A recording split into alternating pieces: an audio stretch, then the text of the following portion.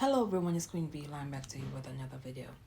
This video pertains to the controversy surrounding Stephen tWitch boss's widow, Allison Holker, as she is set to release a memoir scheduled for next month.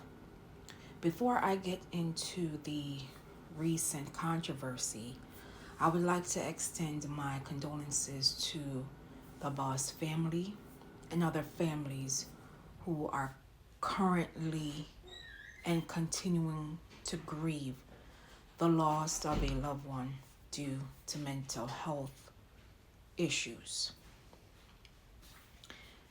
As you all know, Stephen tWitch boss was a dancer, choreographer, producer, TV host, actor, author, husband, father, son, and sibling, who unfortunately transitioned in December 2022 by unaliving himself, which was confirmed by the LA County Medical Examiner-Coroner's office.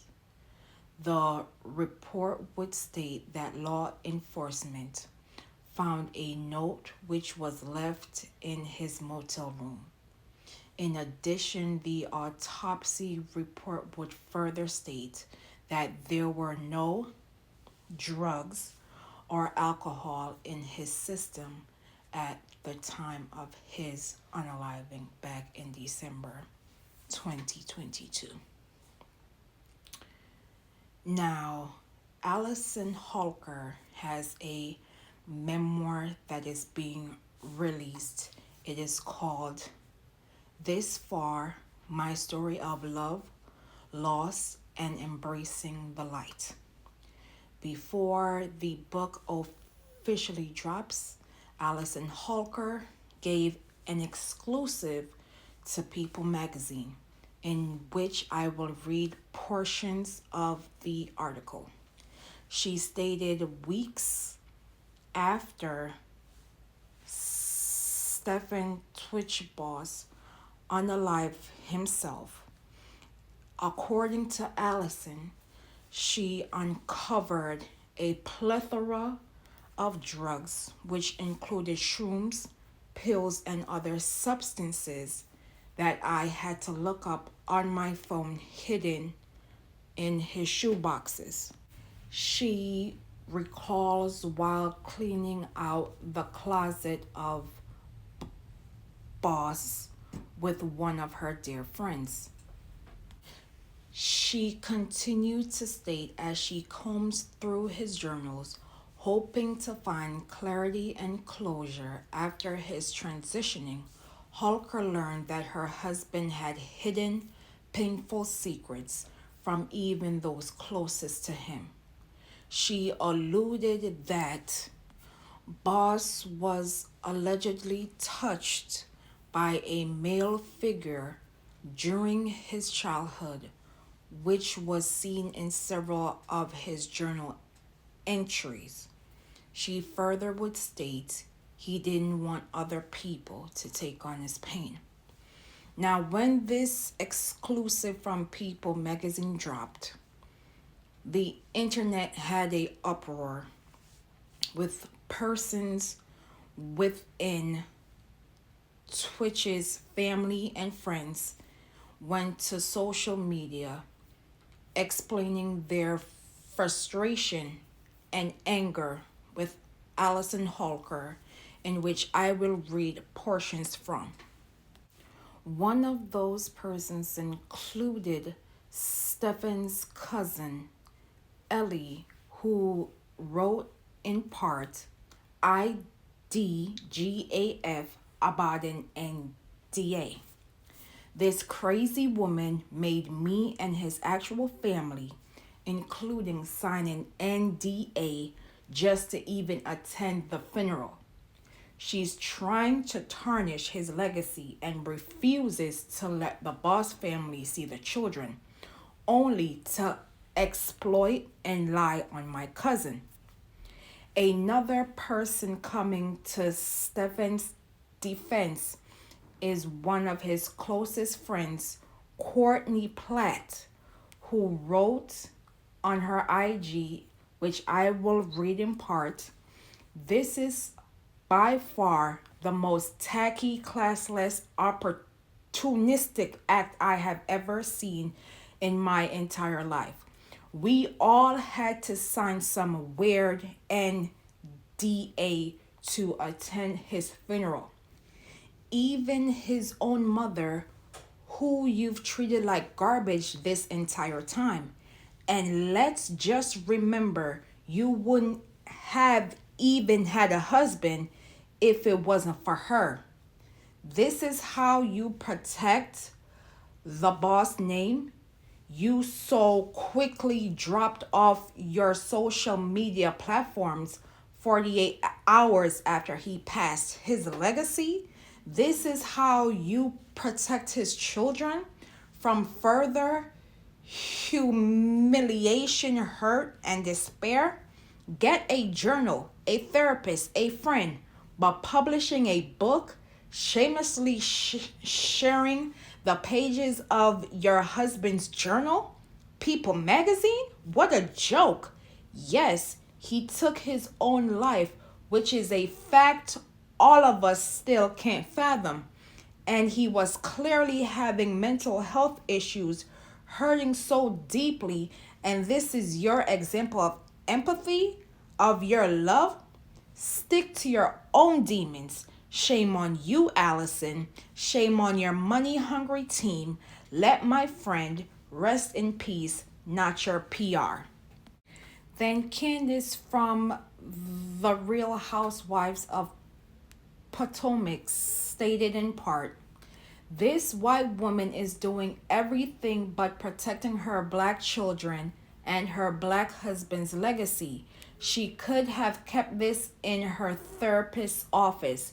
She could have easily taken this story to Essence or Ebony, where care would have been taken to share such a tragic, intimate story of a black man's plight against himself. Due to the backlash that Allison Holker was facing, she released a statement in which I will read in part. To the fans of Stephen and our family and friends, I want to be clear that my only intention in writing the book is to share my own story as well as part of my life with Stephen to help other people. All of the proceeds from this book are going to fund the mental health focused foundation I started in Stephen's honor. I believe that if Stephen were able to choose, he would choose to have his story told if it meant saving even one life. Much love to all those who have supported our family these many years.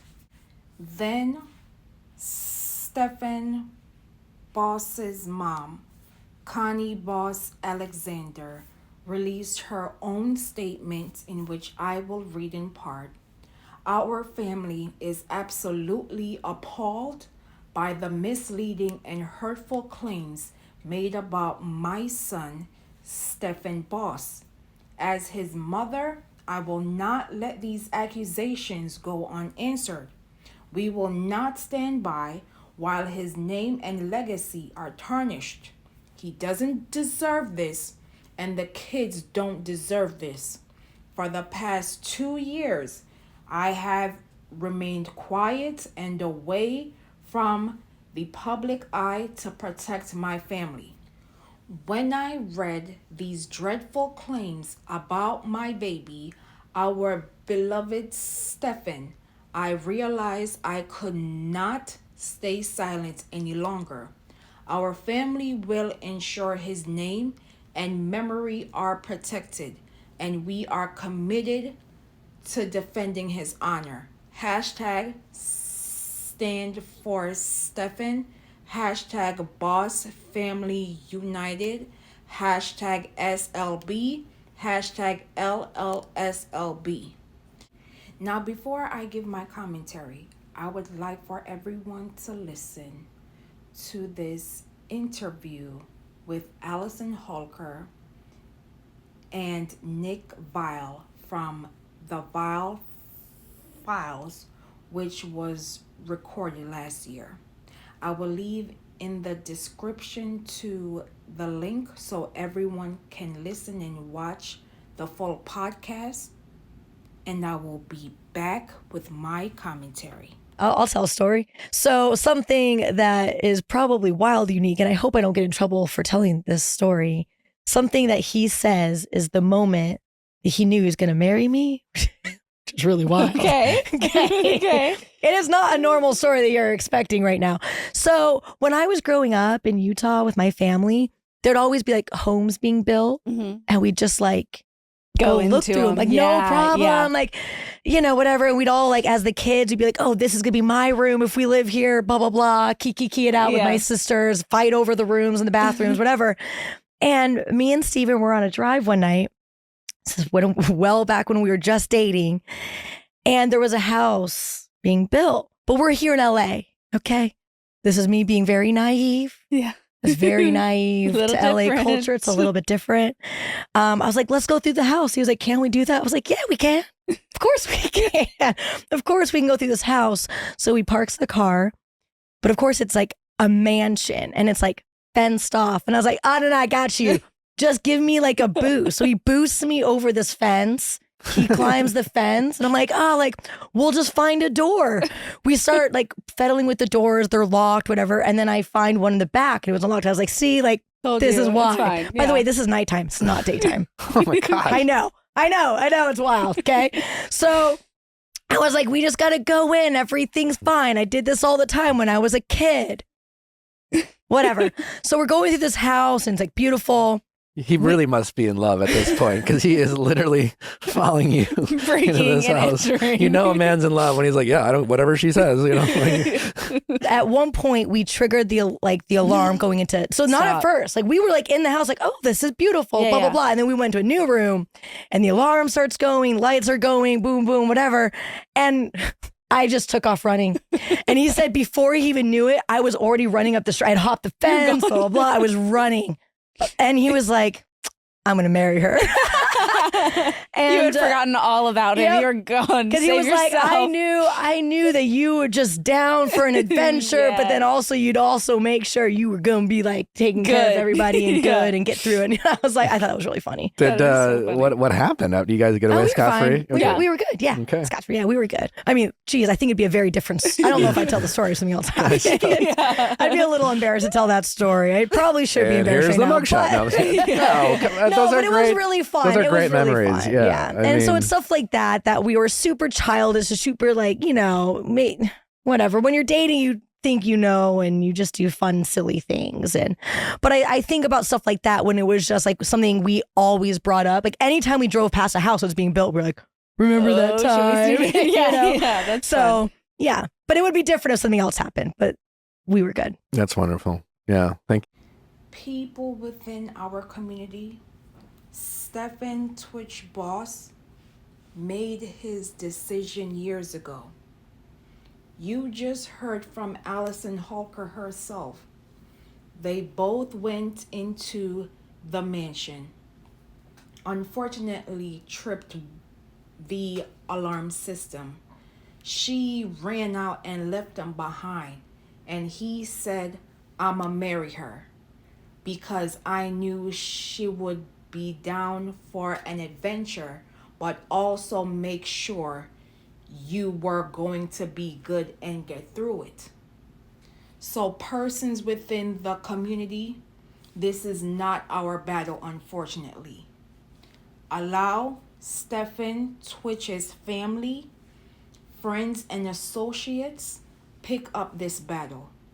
It is unfortunate that this is occurring because his children one day will have to read this book.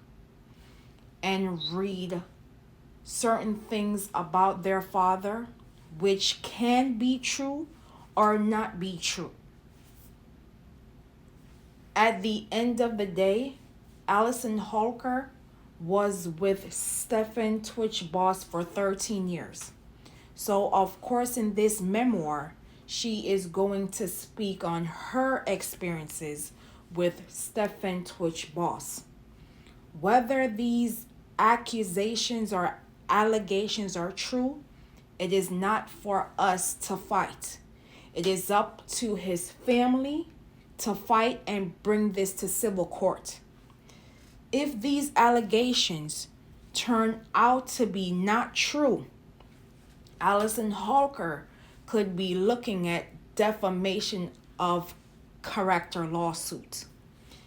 If these allegations turn out to be true, then the family will have to come out and make a statement in which they will have to confirm what Allison Holker found in Stephen's closet.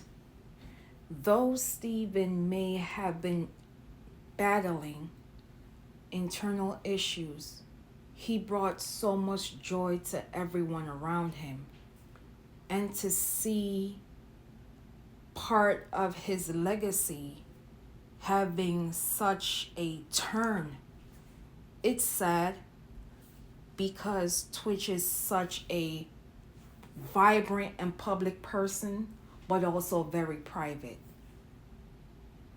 I've said this before and I'll say it again. Just because someone has wealth, status, money, does not mean that they are actually happy. Some of us are going through things that cannot be explained. Some of it can be tracked to a childhood trauma or an event that alters our perception of reality and fantasy. But it also does not give us the right to exploit those who have unfortunately left us due to unaliving themselves.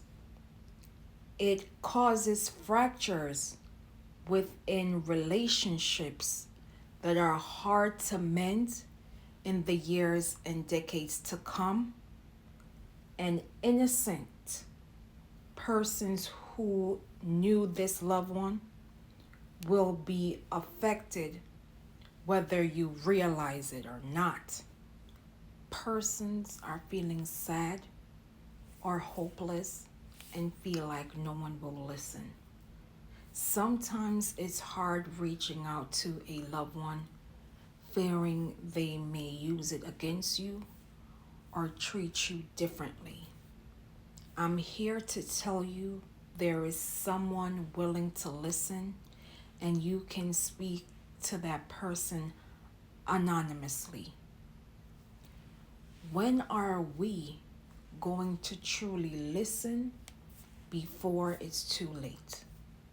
How many community members and loved ones must we lose before we do something? It's time to break the stigma. It's time to seek help when needed.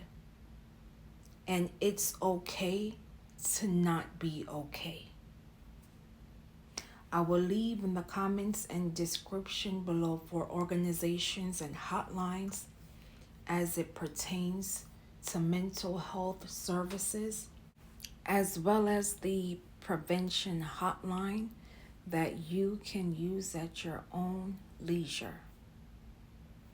Rest in peace to Stephen tWitch boss and the other loved ones we have lost along the way.